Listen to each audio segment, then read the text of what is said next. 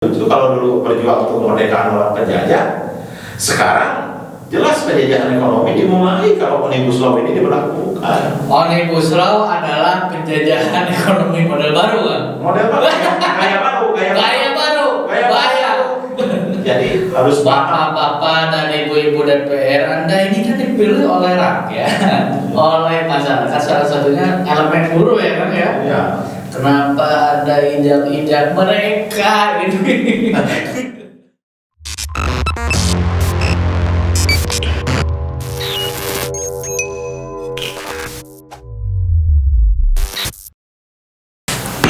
Balik lagi dengan saya Nuran Pegolbi dalam channel Dialektika Official. Hari ini kita kedatangan salah satu ketua buruh dari Kabupaten Bandung.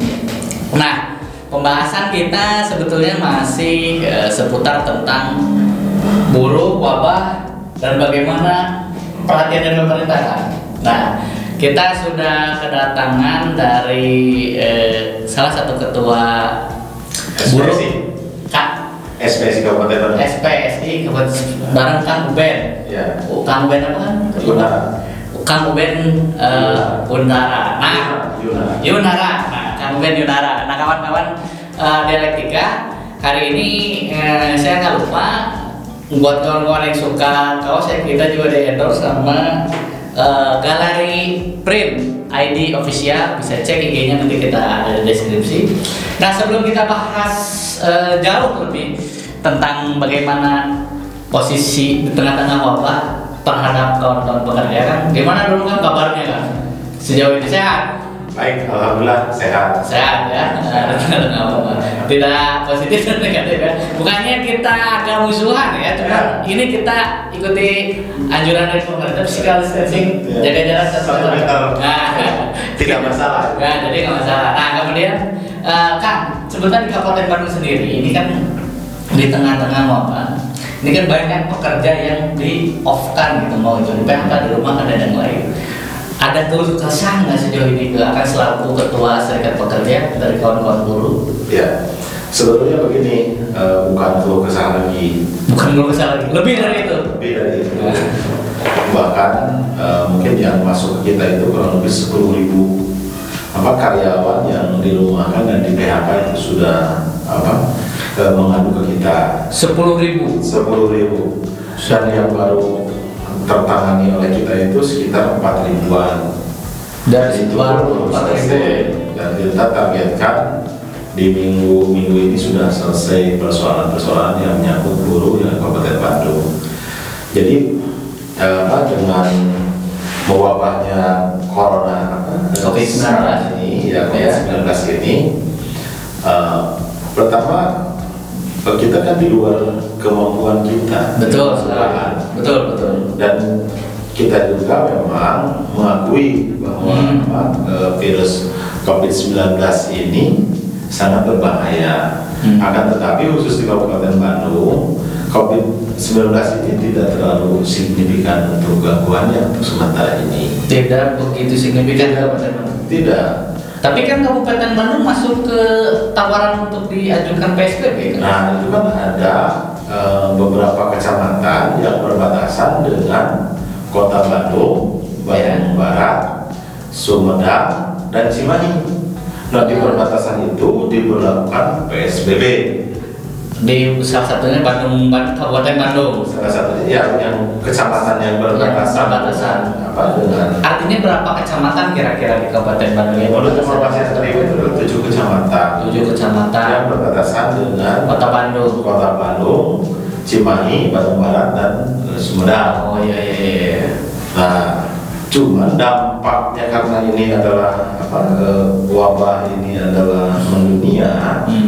Jadi perusahaan-perusahaan yang di Kabupaten Bandung itu karena banyak juga perusahaan yang ekspor maupun lokal. Penjualannya ekspor dan lokal. Iya, yang ekspor. Ya. Kalau sekarang misalkan Amerika tidak pesan, ya otomatis dia produksi tapi disimpan di gudang. Yang lokal ada industri penokar, pembantu. Misalkan satu perusahaan butuh butuh obat, butuh chemical, tapi chemicalnya dibeli dari Jakarta. Jakarta nggak bisa ngirim. Yang berhenti juga.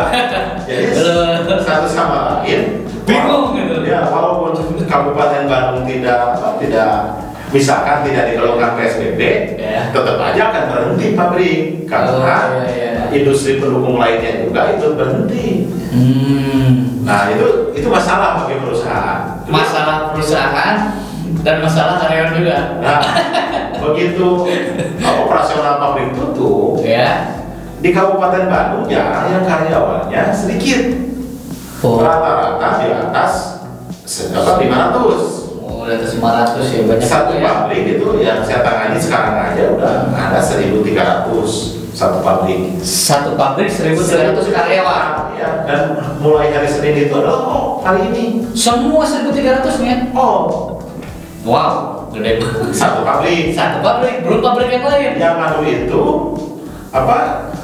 wilayah timur Majalaya itu banyak pabrik. Iya betul. Di Matoha, di Siru, makanya saya sampaikan kepada Pak Bupati dan kepada pengusaha bahwa kalau perusahaan ini masih bisa berjalan, tolong jalankan.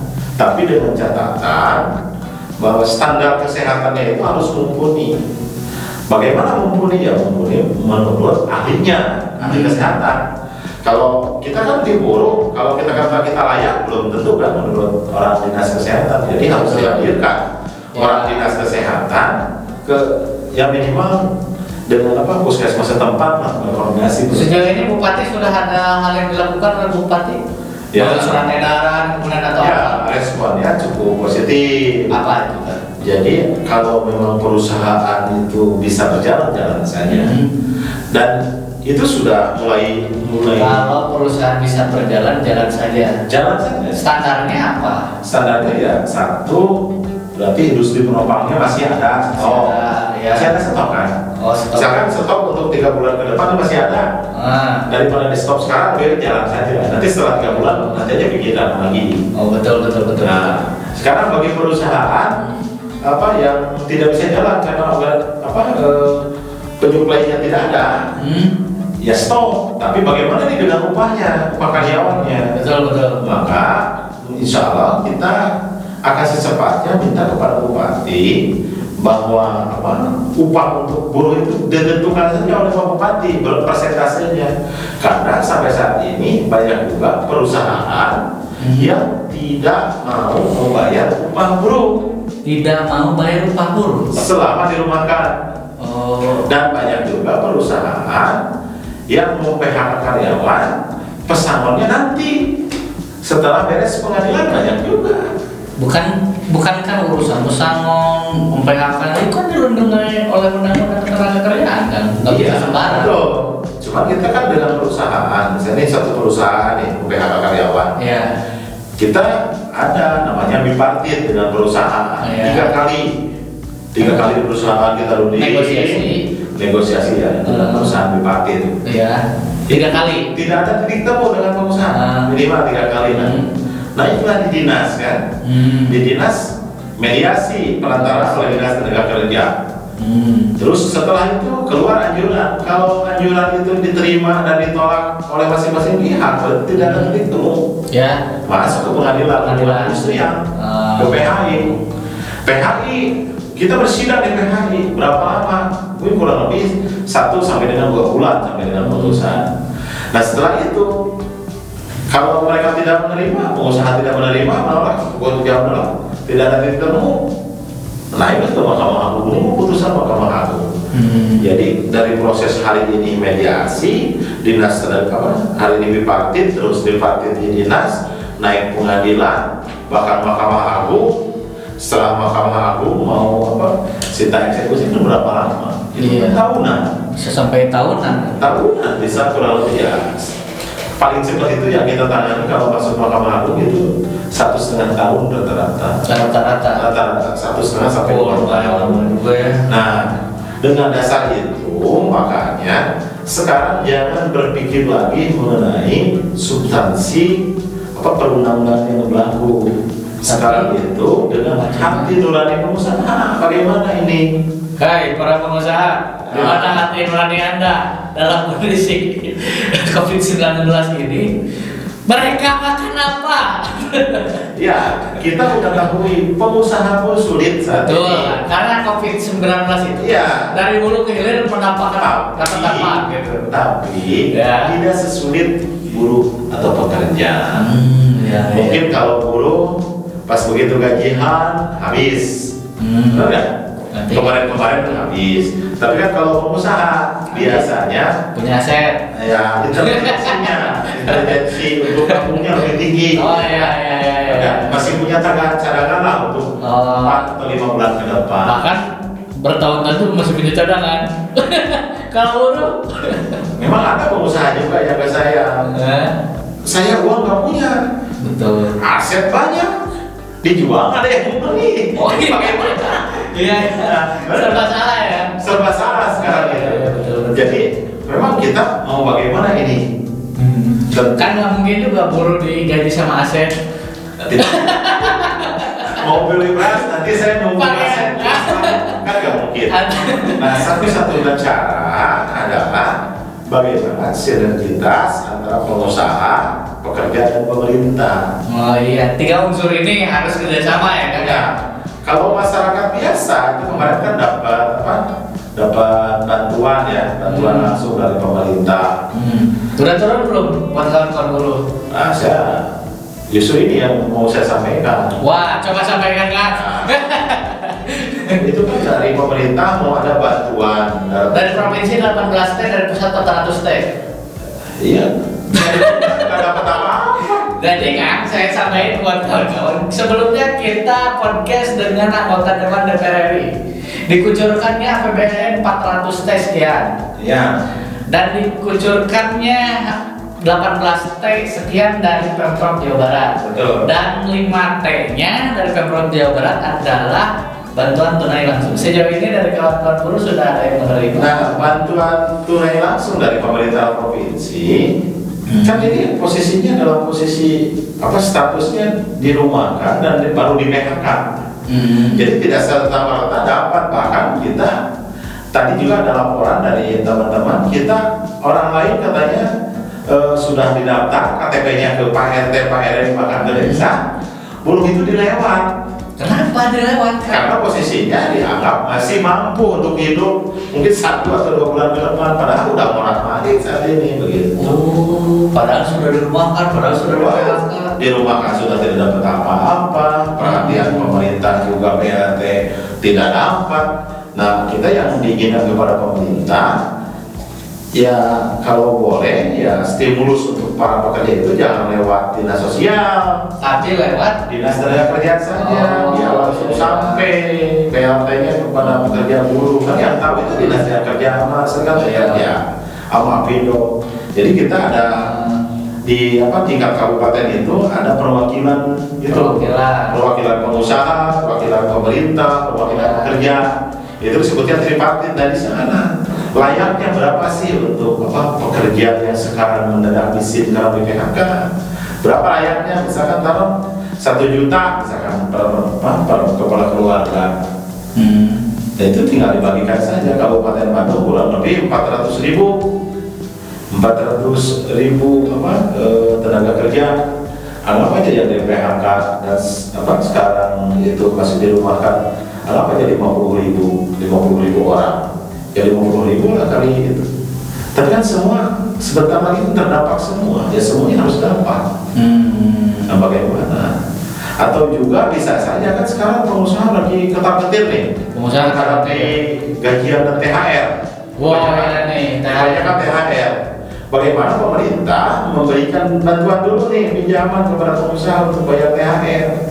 Tapi dengan klasifikasi pengusaha yang bagaimana tentunya. Ya dilihatlah kapasitas pengusahanya, eksistensinya, bayar pajak dan segala macam kan ada.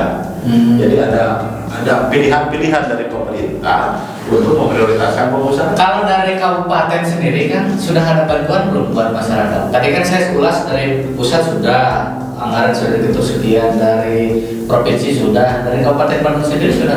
Kalau untuk pekerja belum. Sampai saat ini belum. Bahkan menurut saya juga sekarang dari orang lain didata, dari apa? Kalau yang pekerja itu dilewat. Oh gitu ya. Dilewat, kita tidak. Tolong Bapak Bupati, Bapak Bupati Kabupaten Bandung, perhatikan nasib kawan-kawan buruh di Kabupaten Bandung. Tidak jelas ya kan? Bukan tidak jelas, makanya kita meminta kepada pemerintah, kalau perusahaan masih bisa jalan, Ya, jalankan. jalan saja, itu untuk mengurangi beban pemerintah. Oh iya, betul, dari sektor ekonomi ya. Ya, beban pemerintah berkurang, pekerja pasti bisa punya penghasilan. Kalau hari ini saja kurang lebih 1.600 TO pekerja di PHK, itu kan miskin barunya sudah bertambah. 1.500 atau 1.300 atau 1.500 dikalinya bukan satu orang, tapi kan keluarganya rata-rata punya keluarga kali 4, anak 2, istri 1.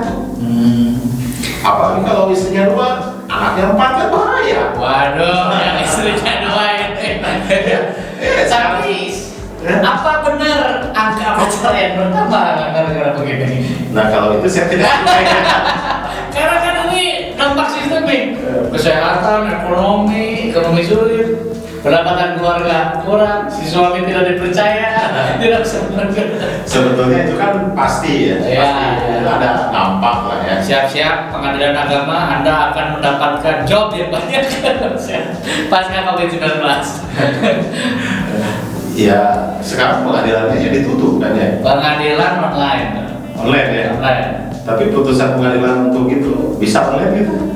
Nggak tahu saya juga. Saya rasa itu kan sekarang kalau untuk angka perceraian sebelum COVID juga itu sudah katanya sudah banyak, karena memang 2-3 tahun ini ekonomi kita belum baik gitu kan. Iya betul. Apalagi ditambah COVID ini. Oh bagaimana kita kan? Jadi sejauh ini kan keluh kesah dari kawan-kawan buruh akan tuh di-layoff-kan, di PHK. Ya banyak orang yang sudah tidak bisa makan. Itu poinnya ya. Iya, tidak bisa makan itu bukan karena tidak ada makanan. Berapa jumlah anggota buruh di Kabupaten Bandung? Seluruh buruh maksud saya. Seluruh buruh kurang lebih 400.000. 400.000. Yang berserikat kurang lebih berapa persen? Anggota kita 90.000. 90.000. Yang lainnya semuanya. Berarti kurang lebih berapa persen ya? 50% ada dari 400.000 itu. Yang berserikat. Iya 50%. Ada ya. Yang diadvokasi oleh kawan-kawan serikat ini apakah hanya anggota atau non anggota pun ikut diadvokasi? Sementara anggota. Oh. Nah itu yang anggota yang 1.000 itu ini sisanya 10.000 gitu. 10.000 ya. 10.000 yang diadvokasi ini. Iya. Baru ya. 5.000-an. Oh 5.000-an, 4.000-5.000-an ya. Iya. Banyak juga ya. 400.000 itu kan kalau jumlah masyarakat Kabupaten Bandung itu kurang 3,6 juta. 3,6 juta. 400 itu kan tinggi juga. Ya kalau 400 kali kan kurang lebih 1% sampai 30% kan jumlah masyarakat Kota Bandung ya. Belum itu kan dihitung dengan keluarga. Karena dia kan punya beban. Jadi buruh Kabupaten Bandung kebanyakan sudah mempunyai keluarga. Berarti kali 2 kalau cuma istri doang. Iya. Kebanyakan sudah punya anak. Kurang lebih 1 juta ya kan? Iya. 30% dari jumlah populasi masyarakat Kabupaten Bandung kan? Betul. Wah, ngeri juga ya. Nah kalau mereka semua ngabrik ke pemerintah, Ya. bagaimana itu? Minta makan semua mau bagaimana? Jadi jangan minta makan karena lapar. Ada hak apa pemerintah rakyat untuk minta makan? Ada. Ya. Kang, jadi jumlah penduduk Kabupaten Bandung itu kan 3,6 juta. Iya. 400.000 itu adalah jumlah buruh di Kabupaten Bandung. Kali 2 dengan istri, belum dengan anak kurang lebih 1 juta lah ya. 1.600.000, 1.800.000. Itu kan hampir dari 30% lebih dari jumlah penduduk. Hampir setengah ya. Maka 60%, 65% itu Kabupaten Bandung adalah buruh. Wow. Wow. Ketika mereka terdampak secara sistemik, ini kan berdampak sama pendapatan. Ya sekarang tinggal itu, sekarang 10.000 orang nih kena dampak. Ya. 10.000. 10.000 Kalau yang kali belum 4, terdata. kalau kali 4, Ya. 40.000. Iya. Kalau 40.000 ini dalam satu hari minta makan, itu minta makan aja, minta makan ke kabupaten atau ke provinsi, gimana ributnya seperti apa? Nggak akan bertahan. Aduh, memang ya. Luar biasa ya. Luar biasa. Makanya kita selalu kepada mereka, tolonglah kawan-kawan untuk tetap bersabar. Kita selama ini memang kita kan cari kerja sendiri, bekerja juga sendiri. Setelah bekerja di PHK juga kita berjuang sendiri. Tapi apakah suatu saat kita akan meminta bantuan pemerintah? Harus, karena kita adalah warga negara yang memang harus diperhatikan oleh pemerintah. Karena kita kalau posisi saat ini tidak dibantu oleh pemerintah, mau oleh siapa? Pengusaha lagi repot, teman-teman buruh semua repot. Yang ada dana sekarang itu kacamata rakyat adalah pemerintah. Makanya pemerintah ya harus bertanggung jawab, baik perut isi perutnya maupun keselamatannya. Si perut dan keselamatan penting buat masyarakat itu. Ya udahlah, lain-lain kan kita tidak meminta pemerintah apapun selama ini. Fasilitas pemerintah yang dipakai oleh buruh kan tidak ada. Jalan kan pakai juga kan. Ya apa jalan itu mah udah ada zaman penjajah yang asing. penjajah yang asing itu jangan. Iya betul. Kalau memang tidak ada fasilitas jalan ya tapi jalan kan selama aja jalan. ini kan lagi seru-serunya dibahas Omnibus Law Cipta Kerja nih. Ya.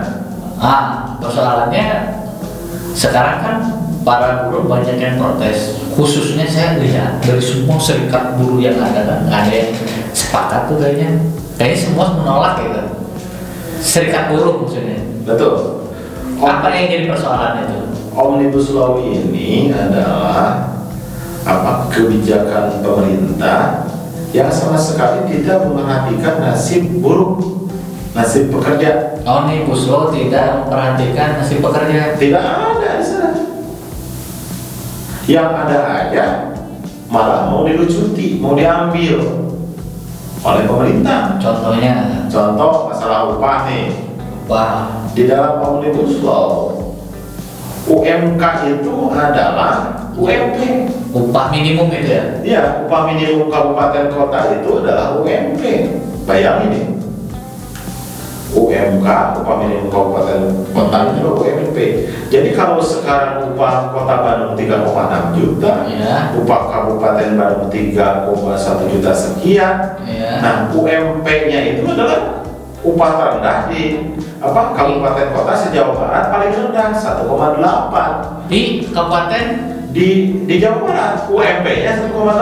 Majalengka kalau nggak salah ya, di Banjar. Jadi semua harus ikut standar minimum itu. Iya, kalau UMK itu sama dengan UMP, iya. Maka yang sudah dipastikan bahwa upah yang 3,6 juta, yang Karawang 4,6 juta, ya. Terus yang yang 3 juta, yang 2,8 itu berarti secara tidak langsung jadi 1,8 juta. Jadi sampai kapan itu tidak ada. Oh iya. Nah, kecuali bagaimana ini, harus bagaimana ini. Nah, boleh mungkin kita boleh upah start di angka sekarang, tapi kita minta kepada pemerintah satu, misalkan beras sekarang 10.000, 11.000, 12.000 patok sama pemerintah bahwa beras untuk buruh 5.000 atau untuk rakyat 5.000 rupiah. Kan itu setengahnya tuh. Iya. Transport gratisin. Kalau transport gratis, sekolah gratis, ya makan murah, kesehatan murah, ya tidak apa-apa gaji sejauh ini buruh merasa selalu kekurangan ya kan ya, tambah undang-undang yang seperti itu memberatkan sekali. Ya sekarang itu dengan Omnibus Law belum berlaku saja buruh sudah sengsara, apalagi Omnibus Law ini disahkan. Ini pasti lebih sengsara. Anda mungkin sengsara kawan-kawan. Kalau satu lagi nih, Kasihan sekarang untuk outsourcing nih, outsourcing itu dibebaskan semuanya. Outsourcing dibebaskan. Jadi nggak ada persentase harus berapa juga. Perbudakan modern diperbaharui. Jadi buruh dipasang di posisi sebagai alat. Tidak ada masa depan lagi untuk anak cucu kita. Kalau kita kan udah sebentar lagi pensiun dari pabrik-pabrik itu. Ya. Tapi ini masa depan anak cucu kita ke depan yang kerja di sektor-sektor pabrik ini ya tidak ada masa depan lagi. Karena apa? Kalau sekarang nih pengusaha mau PHK, ayo kamu panggil sekarang kamu berhenti, saya PHK. Dan yang bayar pesangon bukan pengusaha lagi kan? Karena di Undang-Undang Omnibus Law ini tidak ada lagi yang namanya pesangon buruh.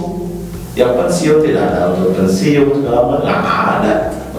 Jadi sudah sepantasnya dan sudah layak pasti yang namanya buruh, serikat buruh, aktivis buruh yang berjuang demi buruh dan rakyat Indonesia pasti menolak Omnibus Law khususnya sektor tenaga kerjaan. Kalau tidak menolak berarti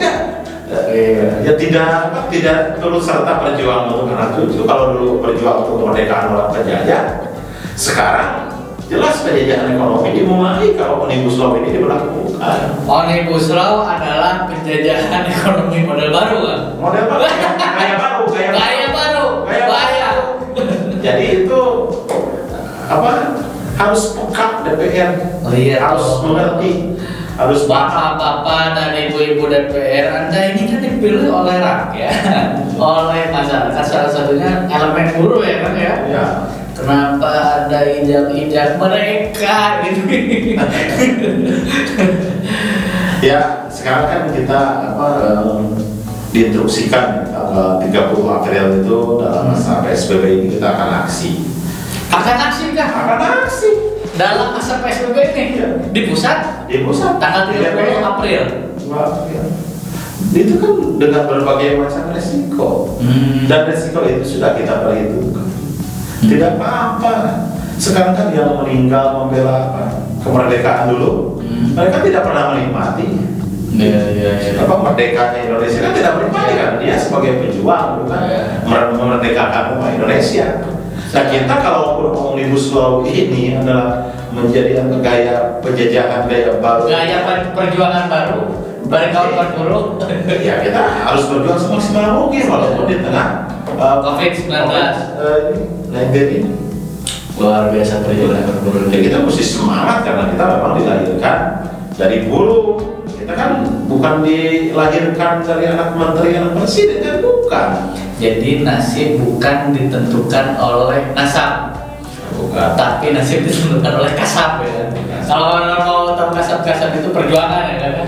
Kita harus berjuang karena walaupun memang sekarang kan dengan wabahnya COVID-19 ini sangat berbahaya sekali. Iya, ada kumpulan dan yang lain, apalagi aksi demonstrasi ya. Tapi kalau memang itu satu-satunya cara harus ditempuh ya mau bagaimana lagi kan. Dan kita pun harus taat, patuh terhadap instruksi dan pimpinan tertinggi organisasi gitu. Hidup buruh. Hidup buruh. Terakhir, barangkali kan buat pemerintah pusat, daerah, permintaan dari kawan buruh itu mau seperti apa? Seperti ini. Ya, dari kawan kami nih, dari para buruh, banyak juga yang menjadi relawan buruh sahabat Jokowi. Nah sekarang ini kita menantikan kebijakan apa yang diberikan oleh Pak Presiden Jokowi untuk relawan buruh sahabat Jokowi. Coba berikan satu statement yang memang bisa menyejukkan hati para buruh, terutama dalam mencabut Omnibus Law Ketenagakerjaan yang membuat sekarang itu buruh serba dilematis, serba tidak menentu. Maju kena mundur kena. Iya, pikirannya sudah tegang semua ini. Ya. Omnibus Law disahkan DPR ini tegang semua. Oh iya jelas. Pertama menghadapi COVID-19, menghadapi undang-undang Omnibus Law, menghadapi makan juga sudah sulit, atau di keluarga juga sudah mungkin agak ribut-ribut dikit ya ini kan. Iya ini mesti pemerintah ini turun tangan, bukan hanya seperti Pak Gubernur ngomongin kan akan dapat bantuan dari pemerintah provinsi. Sekarang katanya didapatnya hanya 50 orang malah per RW atau per desa. Kan jadi bahaya. Banyak juga yang diserbukan RT, RW, desa kan jadi korban. Bantuan belum ada, diserbu sudah sekarang. Waduh, Pak RT, Pak RW, mohon maaf. Jadi pembuat statementnya, kalau memang mau dibagi rakyat se-Jawa Barat, bagi semua. RT, RW diserbu masa. Sekarang kan sudah begitu. Waduh, kasihan itu kan pembantu gubernur ya. Iya. Bawah gitu. Jadi statement sekarang itu jadi berbunga-bunga, tapi akhirnya jadi bahaya. Jadi api datang sekam. Ada himbauan juga kan buat kawan-kawan buruh harus bagaimana? Ya, saya mengimbau kepada rekan-rekan buruh khususnya di Kabupaten Bandung, malah kita tetap solid, tetap berjuang, terutama kita berjuang untuk apa? Untuk kita, untuk keluarga kita dan untuk anak cucu kita ke depan. Tetap kita solid, satu solid kuat untuk memperjuangkan hak-hak buruh dan rakyat Kabupaten Bandung. Sekian, terima kasih. Udah kayak calon bupati aja mungkin. Oke, kawan-kawan jangan lupa like, share, dan subscribe channel Dialektika Official. See you next time. Dadah. Thanks. Audio Jungle.